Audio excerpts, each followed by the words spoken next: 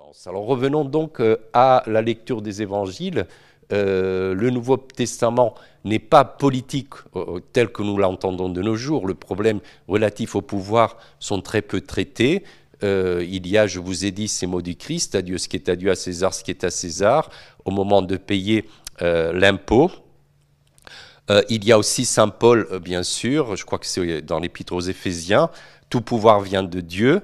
Donc il y a une certaine soumission aux autorités politiques, y compris si celles-ci, les autorités impériales, persécutent les chrétiens dans un premier temps, mais un certain nombre de versets que vous avez sous les yeux insistent sur le pacifisme, si vous voulez, sur une condamnation très ferme de la violence, très nette, claire, radicale.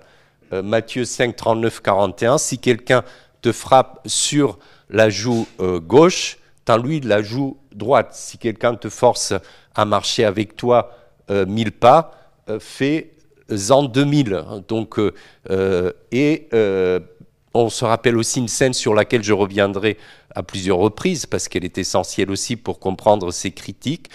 C'est le passage où après la scène, enfin scène C-E, accent grave N-E, après le repas où le Christ institue l'Eucharistie, eh bien il y a cette phrase mystérieuse où Jésus dit à ses disciples: combien d'épées avez-vous, avant de partir pour le jardin des Oliviers, pour Gethsémani? 2 épées, et Pierre utilisera une de ces épées pour couper l'oreille à l'un des gardiens du temple qui vient appréhender Jésus.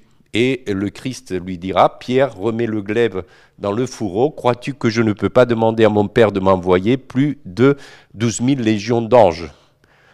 Mais tout cet esprit apparaît aussi, la charité radicale, dans les épîtres. Là, je vous ai cité celle de Saint Paul, la première aux Corinthiens. Pourquoi se venger plutôt que d'accepter de subir quelque injure ou fraude? Alors revenons sur ce passage des 2 glaives mystérieux qui a donné lieu à une exégèse extrêmement longue, développée tout au long du Moyen-Âge et surtout au moment de la croisade, au XIIe siècle, puisque le XIIe siècle, c'est aussi une période de renaissance intellectuelle où, autour des écoles cathédrales, les penseurs débattent. C'est le début de la dialectique telle que nous la connaissons. Pierre Abélard écrit au début du XIIe siècle un opuscule qui s'appelle Sic et Non, oui et non, c'est toute la méthode de voir les arguments pour, les arguments contre et faire la synthèse. Si vous lisez la Somme théologique de saint Thomas d'Aquin, tout est fondé sur ce qu'on appelle la scolastique, la méthode pratiquée dans les écoles, et on ne néglige pas pour autant l'exégèse.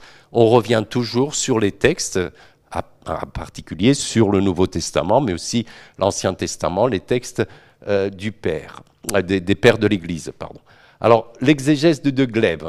Je vous ai dit tout à l'heure que le Christ dit: combien d'épées avez-vous? 2, cela suffit, mystérieux.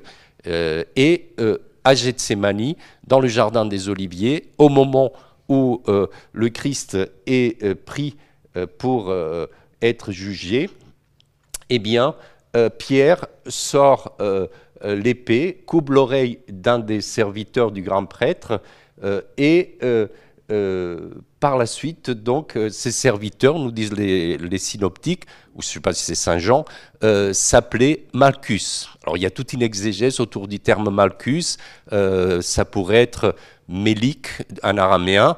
Donc Mélik, c'est le roi, et il y a un glaive donc qui est capable de couper l'oreille du roi, du pouvoir temporel, donc, qui désormais ne peut plus écouter la parole de Dieu, ne peut plus se sauver, puisqu'il n'a plus d'oreille. Autrement dit, il y a une épée, et c'est la théorie des 2 glaives, qui est l'épée spirituelle, qui est détenue par le pape, qui excommunie, qui tue l'âme, qui empêche donc de se sauver en l'écartant de la connaissance de la parole de Dieu.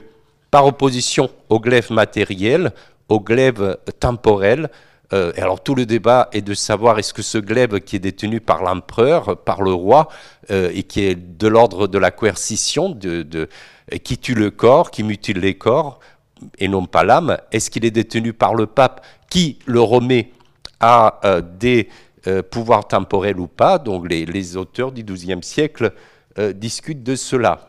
Donc il y a ce glaive, d'ailleurs l'Épître aux Hébreux, la parole de Dieu est vivante et efficace, plus tranchante qu'une épée, quelconque à deux tranchants, pénétrante jusqu'à partager l'âme et l'esprit, jointures et moelle, elle juge les sentiments et les pensées du cœur. Donc il y a cette parole qui est aussi un glaive, le glaive spirituel. Donc autour de là, vous avez un peu ce que je vous disais, c'est le début de ce qui aboutira bien sûr en 1905 en France à la séparation, mais jusqu'alors cette distinction fait partie inhérente du message du Christ et bien entendu le Moyen-Âge a eu beaucoup de mal à l'intégrer puisque le Moyen-Âge sortait d'un système d'une pensée politique où l'empereur romain était le pontifex, c'était lui qui faisait le pont entre les hommes et les divinités.